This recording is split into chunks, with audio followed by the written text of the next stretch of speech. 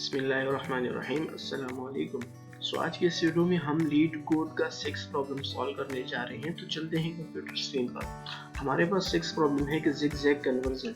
Description में इसने हमसे कहा कि आपके पास एक स्ट्रिंग गिवन है, आपने उसको ज़िगज़ैग पैटर्न से उसको सॉल्व करना है। ठीक है, अब यहाँ पर आपके पास एग्जाम्पल भी दी है, आपके पास नम रोज की वैल्यू भी आपके पास गिवन है। सबसे पहले मैं बात करता हूँ ज़िगज़ैग क्या चीज़ है।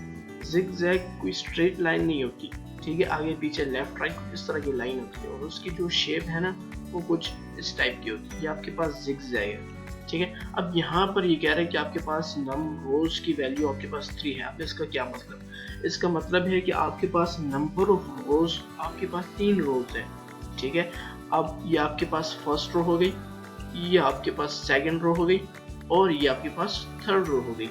यानी आपके पास 3 रोज गिवन है और आपने 3 रोज को यूज करना है। ठीक है, अब हमने इस स्ट्रिंग को ज़िगज़ैग पैटर्न से कैसे सॉल्व करना है। ठीक है, फर्स्ट ऑफ ऑल हमारा फर्स्ट रो में फर्स्ट कैरेक्टर आएगा P। ठीक है, हमने P राइट कर दिया, उसके बाद हमारे पास A है और उसके बाद Y। ठीक है, हमारे पास क्योंकि 3 रोज गिवन है तो हमने 3 रोज को लेना है। तो इसी तरह हम P A Y को राइट कर देंगे। ठीक है, अब तीनों रोज कंप्लीट हो गई। अब थर्ड रो से हमने सेकंड रो में मूव करना है, यानी हमने अपवर्ड की तरफ मूव करना है। तो Y के बाद हमारे पास P आ जाता है, हमने P राइट कर दिया। अब उसके बाद हमारे पास A आ जाता है। ठीक है, A आ गया। अब यहाँ पर हमारे पास हम पहुंच गए फर्स्ट रो पर। अब फर्स्ट रो से हमने सेकंड रो में फिर मूव करना है। ठीक है, उसके बाद हमारे पास L आता है, फिर I आता है। अब चूंकि 3 रोज कंप्लीट हो गई तो हम फिर अपवर्ड की तरफ फिर से मूव करेंगे। ठीक है, ये सीक्वेंस में चलता रहेगा। ठीक है, line by line, sorry first यानी कैरेक्टर बाय कैरेक्टर ये सब चलता रहेगा। ठीक है, ये सारे कैरेक्टर्स। अब H तक पहुंच गए। अब H फर्स्ट रो पर है। ठीक है, हम फिर से डाउनवर्ड की तरफ मूव करेंगे। हम I और R को लिख देंगे, थर्ड रो पर पहुंच गए। अब इसके बाद हमने फिर अपवर्ड की तरफ मूव कर जाना, ये ज़िगज़ैग पैटर्न की मदद से। ठीक है, अब N के बाद हमारे पास लास्ट कैरेक्टर है G। अब हमने हमारे पास सेकंड रो में आ जाएगा। ठीक है, अब इसको आपने सॉल्व कैसे करना है। ठीक है, ये हमारे पास एक फर्स्ट रो बन गया, ये हमारे पास सेकंड रो बन गई और ये हमारे पास थर्ड रो बन गई। ठीक है, अब हमारे पास रो 1 भी है, रो 2 भी है और रो 3 भी है। अब इन तीनों रोज को हम कंबाइन कर देंगे। ठीक है, अब PAHN APLS IIJ और YIR हम इन तीनों रोज को आपस में इकट्ठा कर देंगे, कंबाइन कर देंगे, तो हमारे पास ये स्ट्रिंग बन जाएगी। ठीक है, और यही हमारा आउटपुट है। बड़े ही आसान सॉल्यूशन है ये आप लोगों के लिए एज अ चैलेंज। आप लोग इसको कंप्लीट करें। Pause the video and complete this challenge. Alright, तो अभी चलते हैं इसका सॉल्यूशन फाइंड करते हैं। सो फर्स्ट ऑफ ऑल अब यहाँ पर मैं एक कंडीशन रख देता हूँ।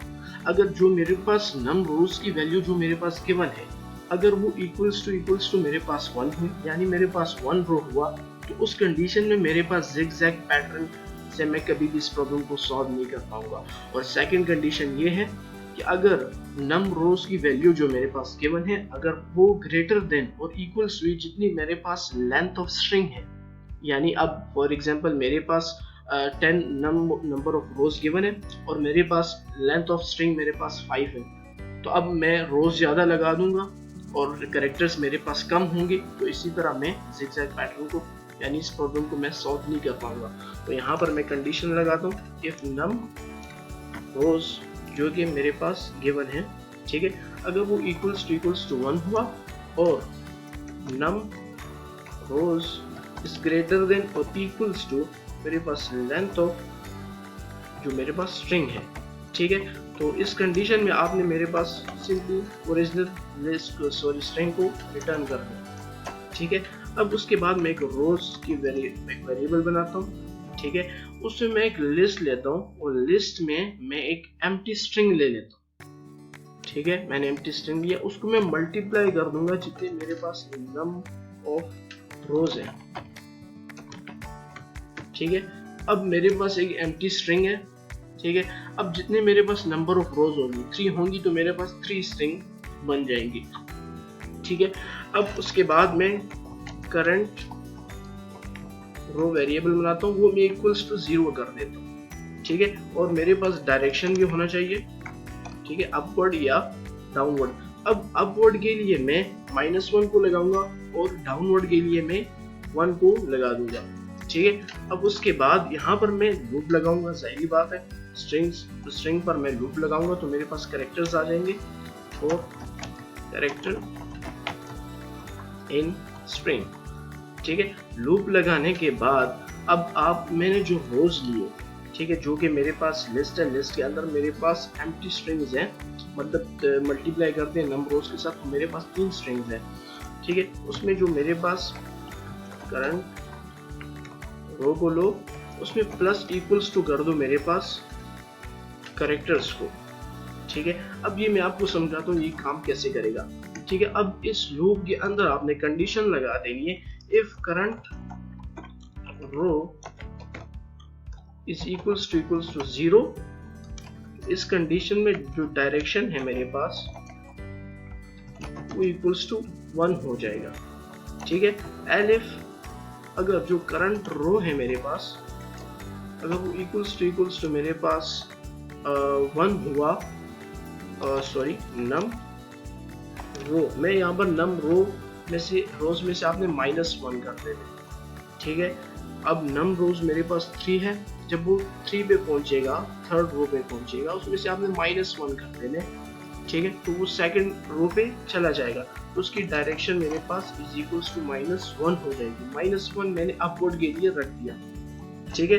अब उसके बाद यहाँ पर मैं कहूँगा कि जो मेरे पास करंट रो है, आपने उसमें प्लस इक्वल्स टू कर देने डायरेक्शन को, यानी डायरेक्शन को आपने करंट रो में मेरे पास ऐड कर देने, इंक्रीमेंट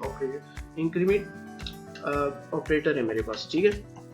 और उसके बाद आपने मुझे रिटर्न कर देने। अब चूंकि हमारे पास आउटपुट स्ट्रिंग में आएगा, तो यहाँ पर हम एम्प्टी स्ट्रिंग को यूज करेंगे, डॉट ज्वाइन कीवर्ड को मैं यूज करूंगा, जो कि कंबाइन करता है, ठीक है।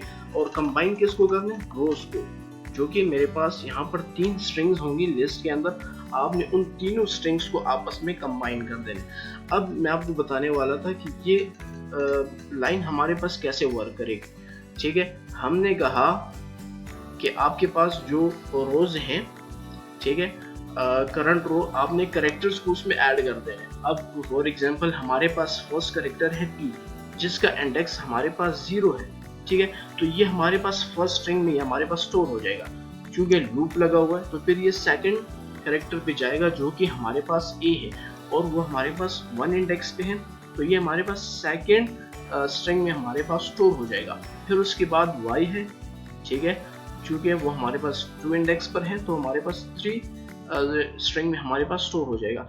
अब उसके बाद हमारे पास P आ जाता है, ठीक है, हमारे पास यहाँ पर P आया, जो कि P हमारे पास सेकंड में जा रहा है, ठीक है, जो कि हमारे पास सेकंड रो में जा रहा है, तो इस वजह से आपने उसको सेकंड स्ट्रिंग में उसको ऐड कर देना, ठीक है। अब उसके बाद फॉर एग्जांपल P के बाद हमारे पास A आ जाता है। अब A हमारे पास फर्स्ट रो में है, फर्स्ट रो में, तो हमारे पास फर्स्ट स्ट्रिंग में वो P के साथ ऐड हो जाएगा।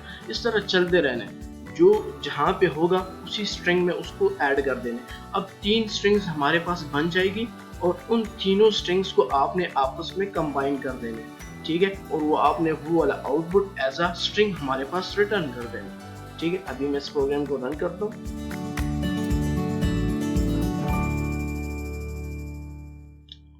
हमारा प्रोग्राम एक्सेप्ट हो गया, ठीक है, इसको सबमिट कर दें। हमारा प्रोग्राम सबमिट हो गया, ठीक है। बस आज के लिए इतना ही। Thanks for watching this video. I will see you next time.